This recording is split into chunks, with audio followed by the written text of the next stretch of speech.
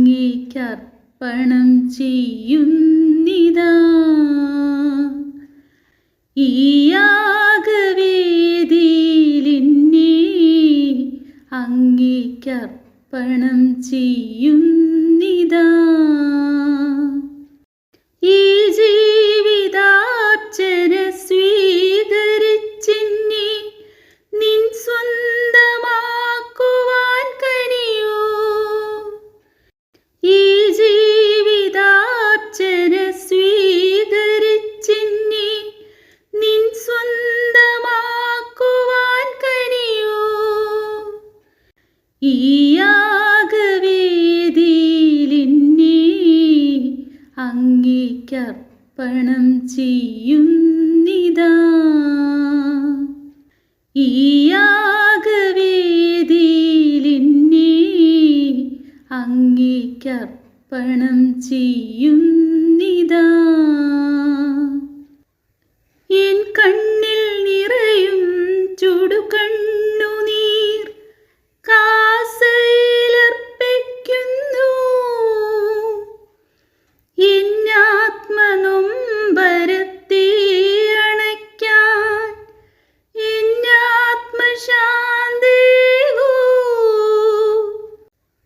N കണ്ണിൽ നിറയും ചുടുകണ്ണുനീർ കാസയിലർപ്പിക്കുന്നു. എന്നാത്മനൊമ്പരത്തെ അണയ്ക്കാൻ എന്നാത്മശാന്തേകൂ.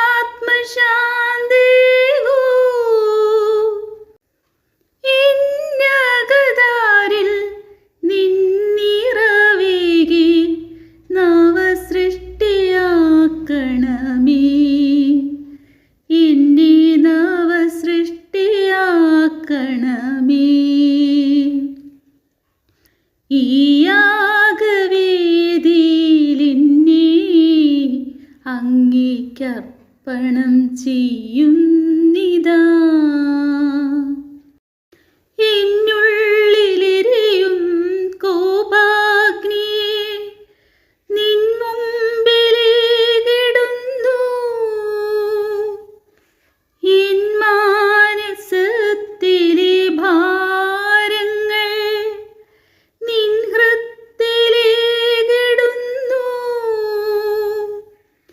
എന്നുള്ളിലെരിയും കോപാഗ്നിയെ നിൻ മുമ്പിലേകിടുന്നു. എൻ മാനസത്തിലെ ഭാരങ്ങൾ നിൻ ഹൃത്തിലേകിടുന്നു.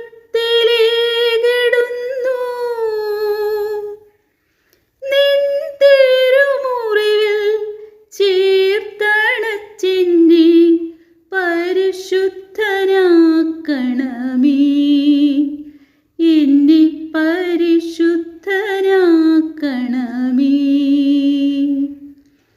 ഈ യാഗവേദിയിലെന്നെ അങ്ങേക്കർപ്പണം ചെയ്യുന്നിതാ. ഈ യാഗവേദിയിലെന്നെ അങ്ങേക്കർപ്പണം ചെയ്യുന്നിതാ. ഈ ജീവിതാർച്ചന സ്വീകരിച്ചെന്നെ നിൻ സ്വന്തമാക്കുവാൻ കനിയോ. ഈ ജീവിതാർച്ചന സ്വീകരിച്ചെന്നെ നിൻ സ്വന്തമാക്കുവാൻ കനിയോ. ഈ യാഗവേദിയിലെന്നെ അങ്ങേക്കർപ്പണം ചെയ്യുന്നിതാ. ഈ യാഗവേദിയിലെന്നെ അങ്ങേക്കർപ്പണം ചെയ്യുന്നിതാ. വിശുദ്ധ പൗലോസ് അപ്പോസ്തലൻ തിമോഥെയോസിന് എഴുതിയ രണ്ടാം ലേഖനം, അധ്യായം 1. യേശുക്രിസ്തുവിനോടുള്ള ഐക്യം വഴി ലഭിക്കുന്ന ജീവനെ സംബന്ധിക്കുന്ന വാഗ്ദാനമനുസരിച്ച് ദൈവഹിതത്താൽ യേശുക്രിസ്തുവിൻ്റെ അപ്പസ്തോലനായ പൗലോസ് ശ്രേഷ്ഠപുത്രനായ തിമോത്തേയോസിന് പിതാവായ ദൈവത്തിൽ നിന്നും നമ്മുടെ കർത്താവായ യേശുക്രിസ്തുവിൽ നിന്നും കൃപയും കാരുണ്യവും സമാധാനവും. രാവും പകലും എൻ്റെ പ്രാർത്ഥനകളിൽ ഞാൻ സദാ നിന്നെ സ്മരിക്കുമ്പോൾ എൻ്റെ പിതാക്കന്മാർ ചെയ്തതുപോലെ നിർമ്മല മനസാക്ഷിയോടും കൂടെ ഞാൻ ആരാധിക്കുന്ന ദൈവത്തിന് നന്ദി പറയുന്നു. നിന്റെ കണ്ണീരിനെ പറ്റി ഓർക്കുമ്പോഴൊക്കെ നിന്നെ ഒന്ന് കണ്ട് സന്തോഷഭരിതനാകാൻ ഞാൻ അതിയായി ആഗ്രഹിക്കുന്നു. നിന്റെ നിർവ്യാജമായ വിശ്വാസം ഞാൻ അനുസ്മരിക്കുന്നു.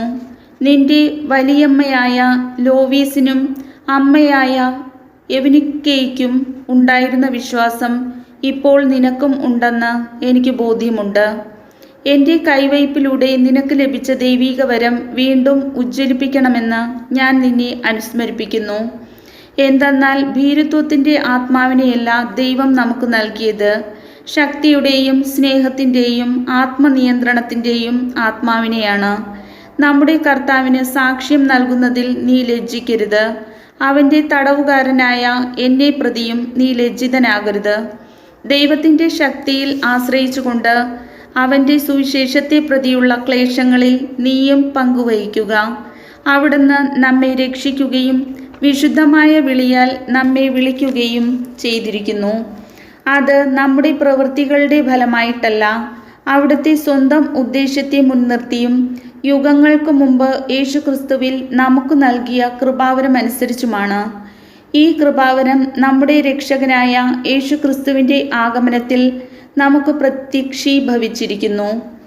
അവൻ മരണത്തെ ഇല്ലാതാക്കുകയും തൻ്റെ സുവിശേഷത്തിലൂടെ ജീവനും അനശ്വരതയും വെളിപ്പെടുത്തുകയും ചെയ്തിരിക്കുന്നു. ഈ സുവിശേഷത്തിൻ്റെ പ്രഘോഷകനും അപ്പസ്തോലനും പ്രബോധകനുമായി ഞാൻ നിയമിതനായിരിക്കുന്നു. ഇക്കാരണത്താലാണ് ഞാൻ ഇപ്പോൾ ഇവയെല്ലാം സഹിക്കുന്നത്. ഞാൻ അതിൽ ലജ്ജിക്കുന്നില്ല. എന്തെന്നാൽ ആരിലാണ് ഞാൻ വിശ്വാസം അർപ്പിച്ചിരിക്കുന്നതെന്ന് എനിക്കറിയാം. എന്നെ ഭരമേൽപ്പിച്ചിരിക്കുന്നവയെല്ലാം ആ ദിവസം വരെയും ഭദ്രമായി കാത്തു സൂക്ഷിക്കാൻ അവന് കഴിയുമെന്നും എനിക്ക് പൂർണ്ണ ബോധ്യമുണ്ട്. നീ എന്നിൽ നിന്ന് കേട്ടിട്ടുള്ള നല്ല പ്രബോധനങ്ങൾ യേശുക്രിസ്തുവിലുള്ള വിശ്വാസത്തിലും സ്നേഹത്തിലും നീ അനുസരിക്കുക, മാതൃകയാക്കുക. നിന്നെ ഏൽപ്പിച്ചിരിക്കുന്ന നല്ല നിക്ഷേപങ്ങൾ നമ്മിൽ വസിക്കുന്ന പരിശുദ്ധാത്മാവിൻ്റെ ശക്തിയാൽ കാത്തു സൂക്ഷിക്കുക. ഏഷ്യയിലുള്ളവരെല്ലാം എന്നെ ഉപേക്ഷിച്ചെന്ന് നിനക്കറിയാമല്ലോ. ഫിഗേലോസും ഹെർമോഗനസും അവരിൽ ഉൾപ്പെടുന്നു. ഒനേസിഫൊറോസിൻ്റെ കുടുംബത്തിൻ്റെ മേൽ കർത്താവ് കാരുണ്യം ചൊരിയട്ടെ. എന്തെന്നാൽ അവൻ പലപ്പോഴും എന്നെ ആശ്വസിപ്പിച്ചിട്ടുണ്ട്. എൻ്റെ ചങ്ങലകളെപ്പറ്റി അവൻ ലജ്ജിച്ചിട്ടുമില്ല. അവൻ റോമായിലെത്തിയപ്പോൾ എന്നെപ്പറ്റി ആകാംക്ഷാപൂർവം അന്വേഷിക്കുകയും എന്നെ കാണുകയും ചെയ്തു. എഫേസോസിൽ വെച്ച് അവൻ ചെയ്ത സേവനങ്ങളെപ്പറ്റിയെല്ലാം നിനക്ക് നന്നായി അറിയാമല്ലോ. അവസാന ദിവസം കർത്താവിൽ നിന്ന് കാരുണ്യം ലഭിക്കാൻ അവിടുന്ന് അവന് അനുഗ്രഹം നൽകട്ടെ. കർത്താവിൻ്റെ വചനം.